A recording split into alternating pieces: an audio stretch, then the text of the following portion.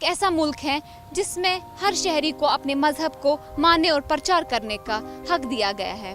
ہندوستان کے آئین کے مطابق کوئی بھی شہری اپنے مذہب کا پرچار کر سکتا ہے، لیکن ملک میں آج ایسی کیفیت بن گئی ہے کہ ایک مذہب کے لوگ دوسرے مذہب کے لوگوں کو کمتر سمجھنے لگے ہیں۔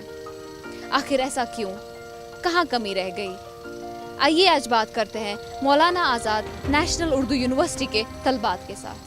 جی، آپ کا نام؟ میرا نام محمد شبلی آزاد ہے اور آپ کس ڈپارٹمنٹ میں سے؟ اردو ڈپارٹمنٹ سے ہوں۔ جی، تو آج ہم بات کرنے جا رہے ہیں فرقہ پرستی یا کمیونلزم جسے بتا رہے ہیں۔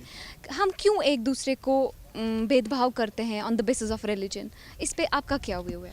دیکھیے، جو اس کے پیچھے سب سے بڑا جو ہاتھ ہے وہ سیاست کا ہے۔ کچھ سیاسی لوگ جو ہے اپنے مفاد کے لیے لوگوں کے اندر جو اختلاف پیدا کرتے ہیں۔ فرقہ پرستی کے معنی، فرقہ کے معنی ہوتا ہے گروپ، اور پرستی مطلب فرقے کو ماننا، کسی گروپ کو ماننا۔ فرقہ پرستی اس لیے ہو رہی ہے کہ ایک مذہب دوسرے مذہب کو اپنے سے کمتر سمجھتا ہے، اس لیے سماج میں جو ہے فرقہ پرستی ہو رہی ہے۔ Actually, the communalism, it was first constructed on the basis of religion. It's a very famous term. It was firstly organized by the British coloniers in India. انسان صرف ایک ریلیجیس وے میں جاتا ہے، اس کے اندر یہ کٹ کے پایا جائے گا، کیونکہ وہ بس وہی مائنڈ اس کا سیٹ اپ ہو جائے گا کہ ہمارا دھرم، ہمارا مذہب ہمیں کیا سکھاتا ہے۔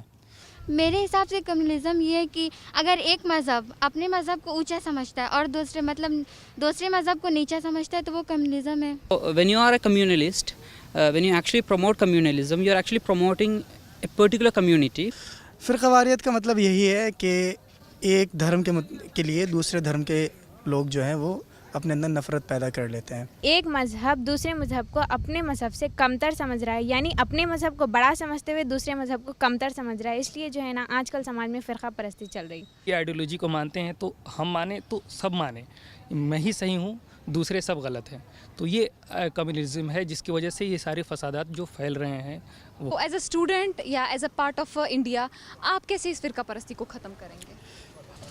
میں یہ سوچ رہا ہوں کہ اس کا ایک ہی حل ہے کہ اگر ہم اسٹوڈنٹ میں یہ کانشیسنیس پروگرام یہ کریں کہ جتنے ہیں سیکولر مائنڈیڈ اسٹوڈنٹ ہیں سب ان کو جمع کریں گے، ہم پروگرام کریں گے، کسی یونیورسٹی میں ہم جائیں گے۔ اگر ہندوستان میں اتحاد پیدا کرنا ہے، لوگوں کو ایک دوسرے سے لوگوں کے اندر محبت پیدا کرنی ہے، تو میڈیا اس میں ایک اہم رول ادا کر سکتا ہے۔ فرقہ پرستی کو ختم کرنے کے لیے جو ہے نا میں تعلیم حاصل کروں گی، اور میں تعلیم حاصل کرنے کے بعد میں اپنے بچوں اور آس پاس کے لوگوں کو جو ہے نا تعلیم حاصل کرنے کی وجہ سے ان لوگوں کو بتاؤں گی کہ فرقہ پرستی اس طرح سے نہیں ہوتی ہے۔ Link towards ourselves with the Constitution of India, which stung the Constitution. انسان کو زیادہ سے زیادہ تعلیم حاصل کرنا چاہیے، گورنمنٹ کو بھی اس چیز پہ فوکس کرنا چاہیے۔ ایجوکیشن حاصل کرنا پڑے گا، اگر یہ ہم حاصل نہیں کر پائے تو یہ سب نہیں ختم ہوگا۔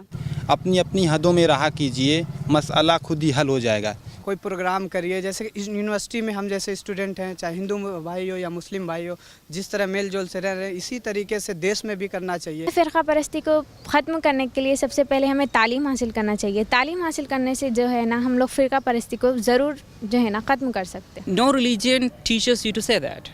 Every religion asks you to respect. Institution کوئی بھی ہو، کالج ہو، یونیورسٹی ہو، اس میں سارے طرح کے سارے مذاہب کے لوگ رہتے ہیں، ان سے بات کریں، ان سے ملیں، ان سے اپنے بارے میں بتائیں، ان کے بارے میں رائے لیں، اور اس طرح سے ہم آپس میں پیار و محبت بانٹیں۔ اسٹوڈنٹ سے بات کر کے ہم اسی نتیجے پہ پہنچے ہیں کہ کمیونلزم کو ختم کرنے کے لیے اویئرنیس اور ایجوکیشن کی ضرورت ہے، تاکہ ہندوستان میں امن اور بھائی چارہ بنا رہے۔